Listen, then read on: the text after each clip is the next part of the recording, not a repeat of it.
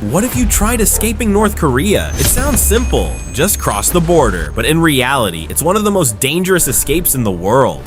In this video, I'm going to show you what would happen if someone tried to escape North Korea.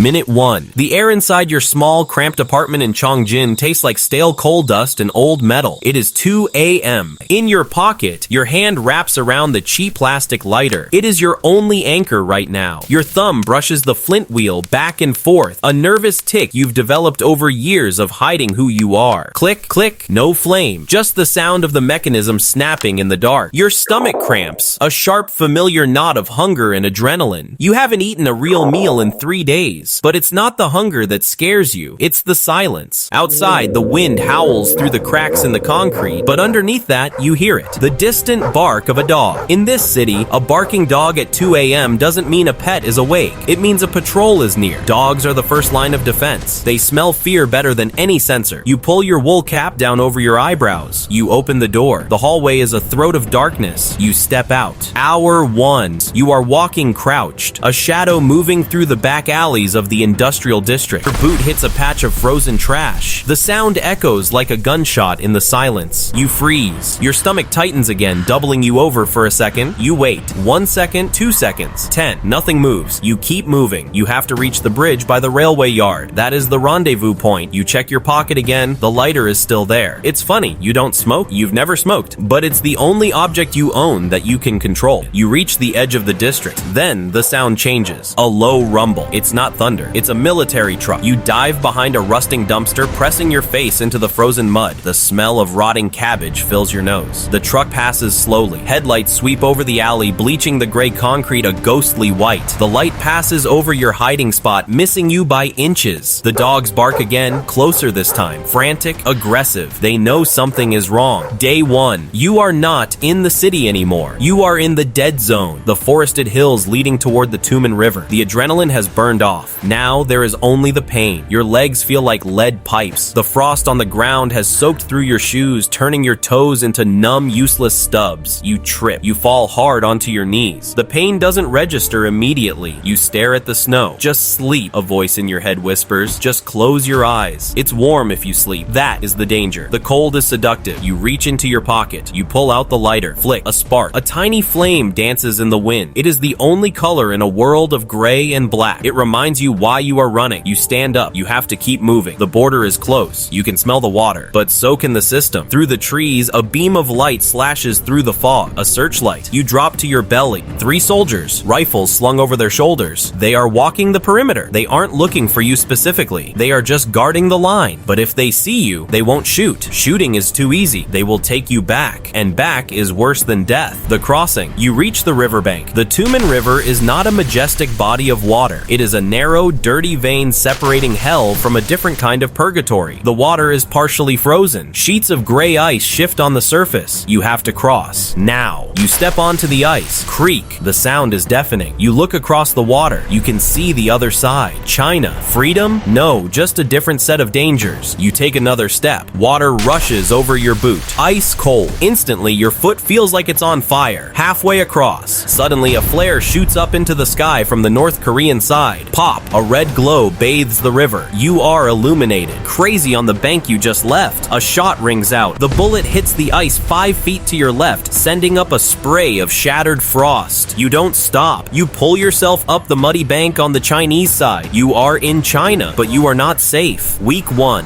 You are sitting in a small, cramped room in a safe house. The broker, a man who demands money you don't have, stares at you with cold eyes. You reach into your pocket. The lighter is gone. You lost it in the river. For a moment, panic grips you tighter than the soldiers could. That object was your anchor. Without it, you feel untethered. Your stomach cramps, not from hunger this time, but from fear. You are in a foreign country. You don't speak the language. You have no ID. You are an illegal, a non-person. So friends, if you want to know what happened next, so like the video and leave the comment for part 2 because it's just beginning for Nightmare.